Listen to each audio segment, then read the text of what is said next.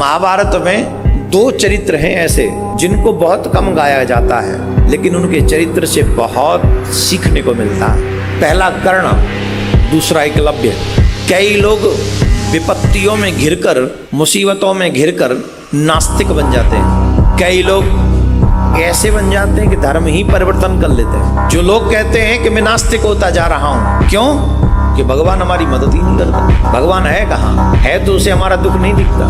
तो आज मैं उसी प्रसंग को आपको बताना चाहता हूं। जब पता चला कि कर्ण महाभारत का युद्ध होगा, तो महाभारत का युद्ध जब निश्चित होगा तो भगवान श्री कृष्ण ने सोचा एक योद्धा कौरवों की तरफ ऐसा है जिसे अगर पांडवों की तरफ ले लिया जाए तो पांडवों की विजय आज ही सुनिश्चित हो जाएगी। आज ही वो योद्धा आ जाए तो, और उस योद्धा का नाम था कर्ण। किसी और पर न ये जिम्मेदारी छोड़कर भगवान श्री कृष्ण कर्ण को समझाने के लिए स्वयं गए। और भगवान ये भी नहीं चाहते थे कि छोटे भाई के द्वारा, क्योंकि भगवान तो जानते ही थे किसका पुत्र है, इसलिए भगवान ये नहीं चाहते थे कि छोटे भाई के हाथ से ऐसा योद्धा मारा जाए। उससे बचने के लिए भी भगवान श्री कृष्ण कर्ण के पास में गए और कर्ण से कहा, कर्ण बहुत आदर करता था भगवान का, बहुत आदर करता था श्री कृष्ण का। तो कर्ण ने भगवान श्याम सुंदर को देखा, प्रणाम किया, आदर किया और कहा, हे माधव बताओ मैं आपकी क्या सेवा कर सकता हूँ। भगवान श्याम सुंदर ने कहा, कर्ण ये बात सुनिश्चित हो चुकी है कि युद्ध होगा,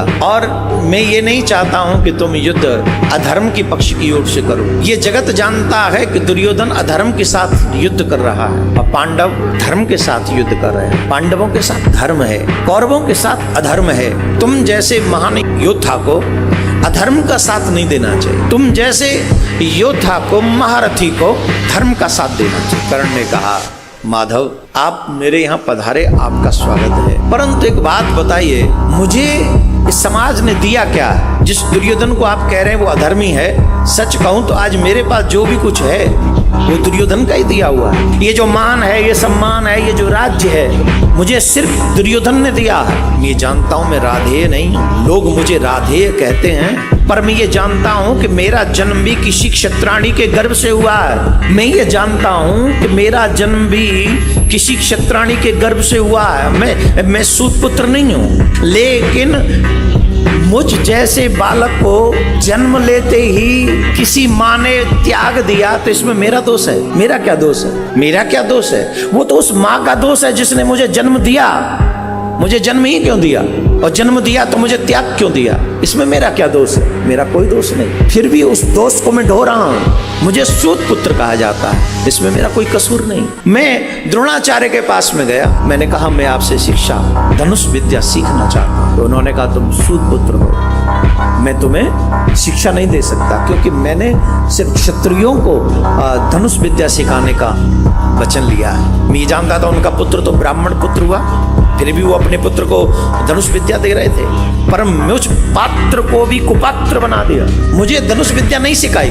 क्या ये मेरा दोष था कि मेरी माँ ने मुझे जन्म लेते ही फेंक दिया, छोड़ दिया, त्याग दिया? मुझे सूत पुत्र कहा गया। मेरे योग्य होने पर भी द्रोणाचार्य ने मुझे विद्या दान नहीं दिया, ये मेरा दोष है। इतना ही नहीं, कृष्ण मेरे गुरुदेव परशुराम भगवान, एक ने क्षत्रिय न होने की वजह से मुझे विद्यादान नहीं दिया, धनुष विद्या नहीं सिखाई, और दूसरे ने मुझे क्षत्रिय समझकर ये शाप दे दिया कि तुमने जो विद्या सीखी है ये तुम्हारे काम नहीं आएगी, तुम भूल जाओगे।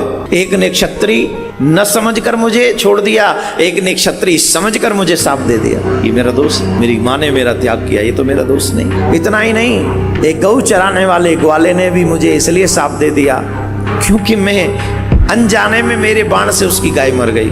मेरा दोष नहीं था, मैंने जानबूझ के कुछ नहीं किया, फिर भी मुझे शाप सहन करना पड़ा। मैं जानता हूं कि दुर्योधन अधर्मी है, मैं जानता हूं कि वो जिद्दी है, मैं जानता हूं कि वो कुमार्ग पर जा रहा है। मैं द्रौपदी के स्वयंवर में उन सभी योद्धाओं से श्रेष्ठ था जो स्वयंवर में मौजूद थे।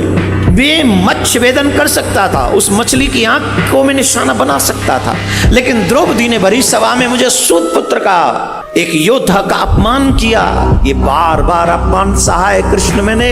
आज जो भी मेरे पास है ना वो दुर्योधन का दिया हुआ है, और मेरा धर्म कहता है जिसने तुम्हारा मान रखा है उसको विपत्ति काल में अकेला छोड़कर कभी नहीं जाना चाहिए। मैं अपने दुर्योधन के साथ खड़ा हूँ माधव, वो मेरा मित्र है, मेरे पास जो कुछ है वो उसी का दिया हुआ है।